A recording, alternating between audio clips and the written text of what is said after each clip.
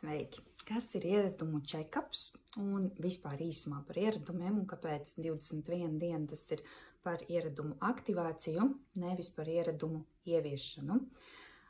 Droši vien daudzi visi dzirdējuši, ka, lai ieviestu noteikti ieradumu, vajag 21, pēc tam parādījās jau pētījumi, kur 40 vai pat 60 dienas.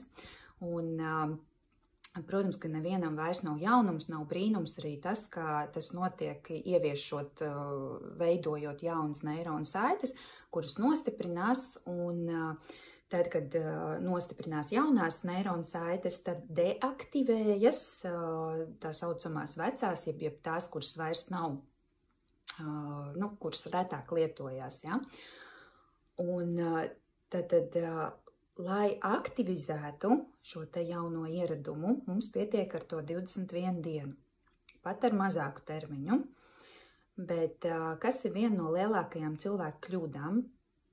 Tā ir tā, ka cilvēks fokusējās uz to 21, 40 vai 60 dienām, un pēc tam viņam sanāk, tas tiešām tā ir, ka viņam sanāk, viņam vairs nav vajadzīga piepūle, un viņš tā kā pieņem lēmumu, ka, wow, super, ir ieviests viss, es vairs uz to fokusu neturu, vairs tam uzmanību nepievēršu, jo viss taču darbojās.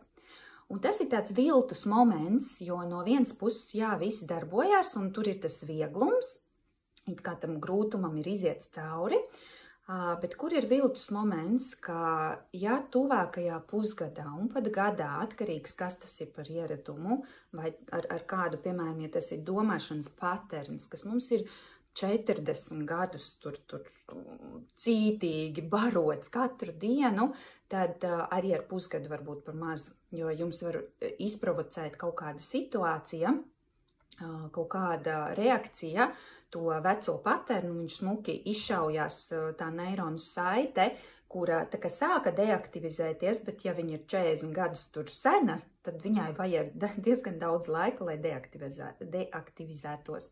Un tātad, ko ir svarīgi darīt? Man tas spontāni atnāca manā sesijā ar koču, ka es sev jūlijā uztaisīšu ieradumu check-up.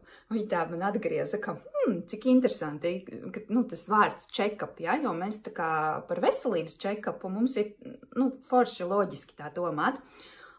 Savukārt, mans tas solis bija, ka man superītēt viss darbojās, bet es ļoti labi zinu gan sevi, gan tīri, kā mēs esam, tomēr bioloģiski veidoti. Un ka ļoti smuki tas vecais paterns var atkal atgriezties.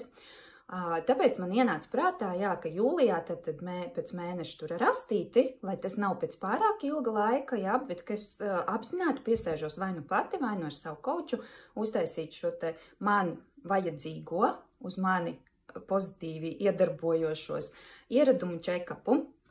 Un to mums ir ļoti svarīgi darīt tātad pēc tām 21, 40, 60 dienām, principā vismaz reizi nedēļā kaut kādu periodu.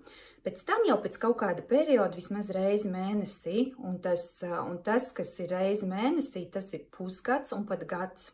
Un pamanīt, ja, jo biežākā kļūda, ka mēs, jeb izaicinājums, ja, jeb problēma, ka mēs nepamanām, kad mēs ieslīdam tajā vecajā paternā, vecajā ieradumā, un tad, kad mēs viņā jau ieslīdam ilgstoši, tad mums atkal ir, tas nav tā kā no nulles, bet atkal mēs esam tajā viļņveidīgās kustības atkal bedrē.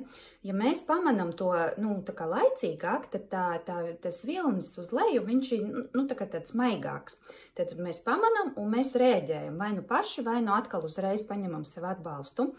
Un tikai tad, pēc kaut kāda, ja tur gada, varbūt pat vairāk, var teikt, ka tas ir nostiprinājies jauns ieradums, jauns paterns, un kā iekrist tai vecajā, ir šāds risks vienmēr paliek, bet maziņš šāds risks.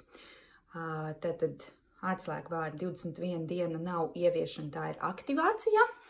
Pēc tam ir fokus katru dienu kaut kādu laiku, pēc tam ir check-ups vismaz reizi nedēļā, pēc tam ir check-ups reizi mēnesī, un tad jau jūs varat nopietni tā runāt par ilgtermiņā rezultātu. Un tieši tas pats ir, ja jūs strādājat, piemēram, ar komandām, biznesā, un jūs ieviešat kaut kādu darbiniekiem vai, teiksim, augstākā vadība, vidējā līmeņa vadībai, kaut kādas jaunus darbības ieradumus. Un sākumā varbūt ir tā iedvesma, motivācija, cilvēki izpilda tos uzdevumus, un tad vadība tā kā jau viss nomierinās, viss ir izdarīts.